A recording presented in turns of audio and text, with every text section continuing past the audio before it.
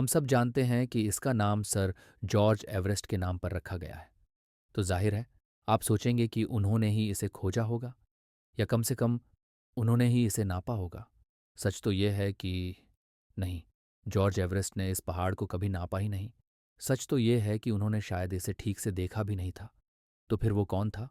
वो इंसान जिसने असल में दुनिया की सबसे ऊंची चोटी की ऊंचाई नापी। वो एक 19 साल का भारतीय था, जिसका नाम था राधानाथ सिकदर। ये कहानी उस जीनियस की है जिसने ज़मीन पर बैठकर आसमान को नाप लिया, लेकिन इतिहास ने उसे पन्नों से मिटा दिया। कहानी शुरू होती है 1831 में।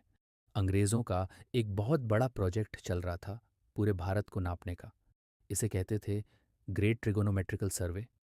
उस समय 19 साल के राधानाथ सिकदर को इस प्रोजेक्ट में एक नौकरी मिली। उनकी पोस्ट का नाम था कंप्यूटर। जी हाँ, उस जमाने में कंप्यूटर मशीनों को नहीं, इंसानों को कहा जाता था जो गणित का हिसाब लगाते थे। उनकी सैलरी थी सिर्फ 30 रुपये महीना।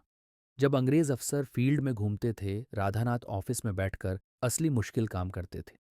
वो मैथ और फिजिक्स के इतने बड़े मास्टर थे कि खुद जॉर्ज एवरेस्ट उन्हें रेयर जीनियस कहते थे।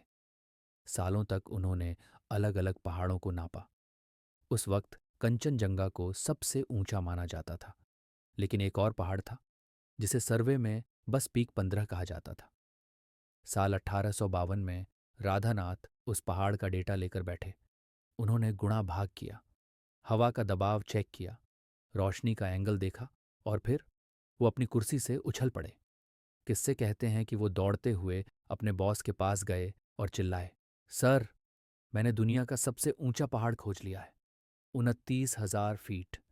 एक मज़ेदार किस्सा यह भी है कि राधानाथ ने अपनी रिपोर्ट में जानबूझकर 2 फीट जोड़ दिए थे, यानी 29,002 फीट। उन्हें लगा कि अगर वो पूरा 29,000 लिखेंगे तो लोगों को लगेगा कि उन्होंने अंदाज़ा लगाया है। आज की मॉडर्न मशीनों से पता चलता है कि वो 99.9% सही थे। पहाड़ मिल गया, ऊंचाई मिल गई। अब बारी थी नाम रखने की। तिब्बत के लोग इसे चोमोलुंगमा कहते थे, लेकिन अंग्रेज़ों ने कहा कि उन्हें लोकल नाम नहीं पता। इसलिए उन्होंने इसका नाम अपने पुराने बॉस सर जॉर्ज एवरेस्ट के नाम पर रख दिया। हैरानी की बात यह है कि जॉर्ज एवरेस्ट खुद इसके खिलाफ थे, लेकिन उनकी नहीं सुनी गई। और राधानाथ, धीरे धीरे दुनिया उन्हें भूल गई। जिस इंसान ने दुनिया को उसकी सबसे ऊंची चोटी दी, आज किताबों में उसका नाम ढूंढना मुश्किल है। तो दोस्तों, अगली बार जब आप माउंट एवरेस्ट देखें तो उस बंगाली गणितज्ञ को ज़रूर याद करें। क्या आपको राधानाथ सिकदर के बारे में पहले पता था? मुझे कमेंट्स में ज़रूर बताएं। अगर आपको भारत के ऐसे ही अनसुने इतिहास को जानना पसंद है तो इतिहास अनफोल्डेड विद मी को अभी सब्सक्राइब करें। मैं मिलूंगा आपसे अतीत के अगले पन्ने पर। जय हिंद।